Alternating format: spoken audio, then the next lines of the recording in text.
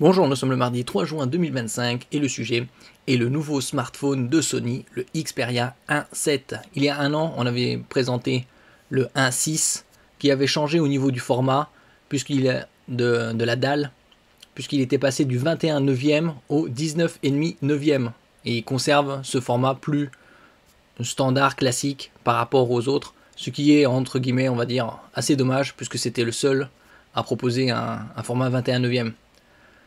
Il sera disponible à partir du 13 juin. Ici, on voit une très bonne offre.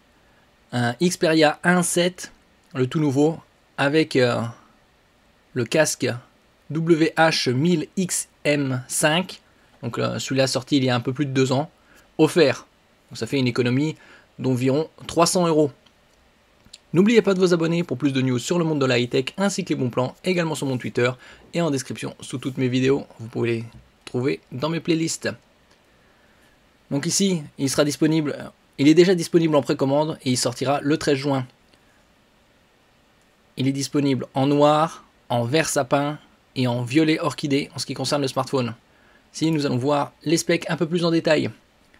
Au niveau de la diagonale, c'est du 6,5 pouces avec une définition 1080 par 2340. J'aurais pu faire un effort et un peu pousser vers du 1220p, comme on peut le trouver sur par exemple les Motorola. Il est sous Android 15 et il a 4 mises à jour Android, ce qui est très bien puisque le précédent, lui, n'en avait que 3. Donc ça fait déjà un gain en plus, surtout sur un smartphone très haut de gamme puisqu'il est à 1400 € de base, 1499. Et nous allons comparer différents points par rapport à la génération précédente.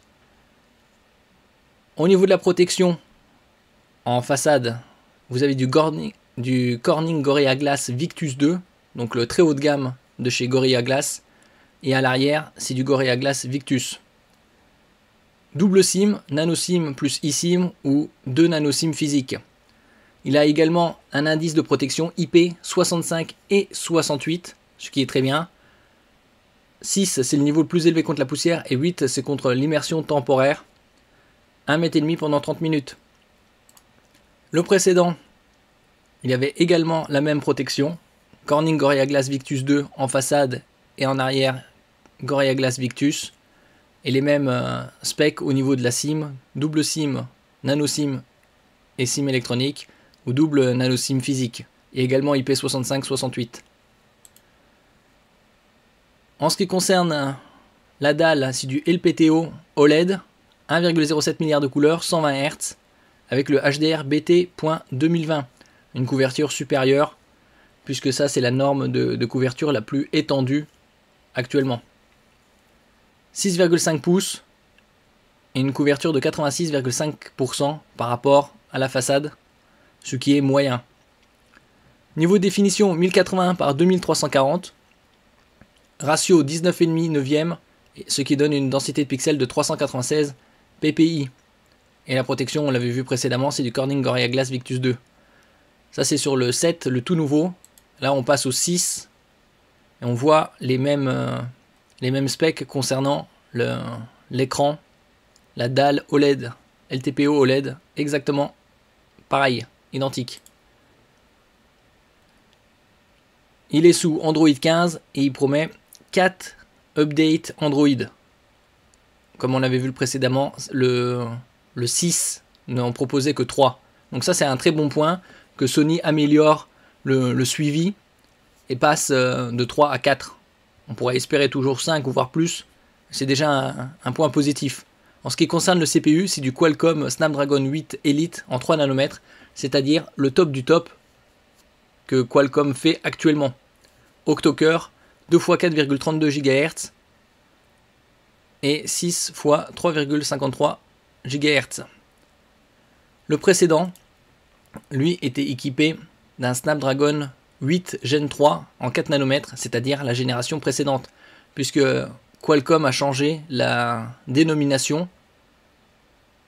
Donc le Snapdragon 8 Elite, c'est en réalité le Snapdragon 8 Gen 4. Il y a un slot pour la micro SD XC, donc vous pouvez étendre votre capacité de mémoire. Et les déclinaisons, c'est 256 Go de stockage et 12 Go de RAM, ou 512 Go de stockage et 12 Go de RAM. En ce qui concerne le stockage, c'est ce qui se fait de mieux actuellement avec l'UFS 4.0. Sur le précédent, c'est les mêmes déclinaisons, 256 et 12, 512 et 12, et en UFS 4.0. On passe ici à la partie photographique, avec un capteur principal de 48 mégapixels, avec OIS. OIS, c'est pour Optical Image Stabilization, c'est la stabilisation optique. Il y a un ultra grand angle de 48 mégapixels et un téléobjectif de 12 mégapixels, de 3,5 à 7,1, donc un zoom optique important. Et en ce qui concerne le capteur pour selfie, c'est du 12 mégapixels qui permet de l'enregistrement en 4K jusqu'à 60 images par seconde. Et le capteur principal du 4K jusqu'à 120 images par seconde en HDR. Alors que sur la génération précédente, on voit les specs qui sont identiques. 48 mégapixels pour le capteur principal,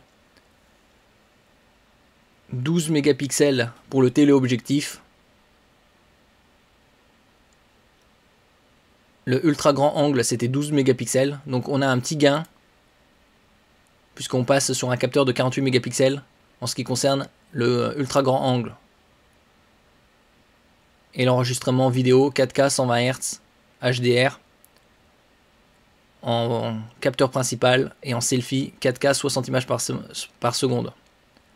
Donc il y a de très légères améliorations au niveau des objectifs photo. C'est surtout le ultra grand angle qui est amélioré. Niveau sonore, on a une prise jack 3,5 mm avec la prise en charge du format ARS et ARS Wireless Audio 24 bits 192 kHz. Donc du son très haute résolution, très haute définition.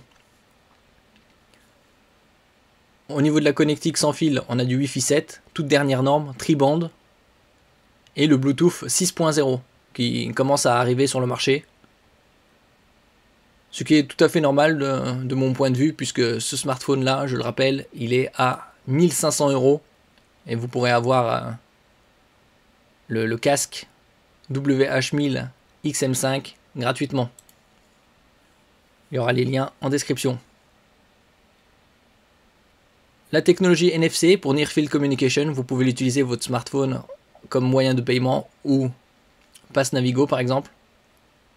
Donc sur la génération précédente, on avait également la prise jack 3,5 mm et les technologies ARS et ARS Wireless Audio.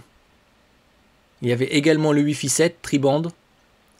Le Bluetooth était la génération précédente, le 5.4. Également le NFS. Donc il y a quelques améliorations. Bien évidemment, le nouveau CPU. Une prise en charge des OS au niveau des updates supérieures. Au niveau de la batterie, 5000 mAh. Recharge filaire 30 watts. Vous récupérez 50% en 30 minutes. Il y a également la recharge sans fil 15 watts. Et également la recharge inversée sans fil. Tandis que sur le précédent, c'était identique également. Il y a très peu de, on va dire, de changements. Il y a quelques points améliorés, notables. Comme le CPU. Un capteur photo pour les ultra grands angles amélioré.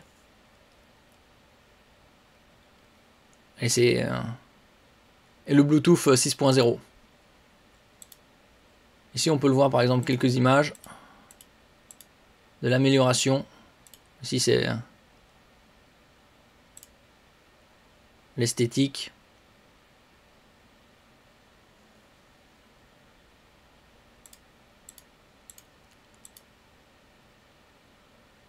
Une meilleure batterie.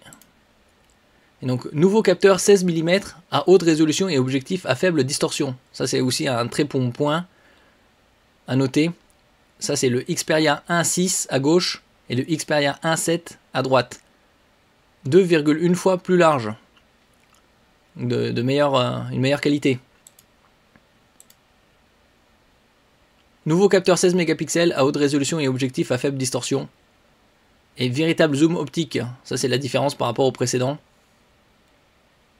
En ce qui concerne le capteur. Également. Donc il y a pas mal de changements. On pourrait s'attendre à mieux, comme je le disais précédemment, au niveau de la dalle OLED sur du 1220p.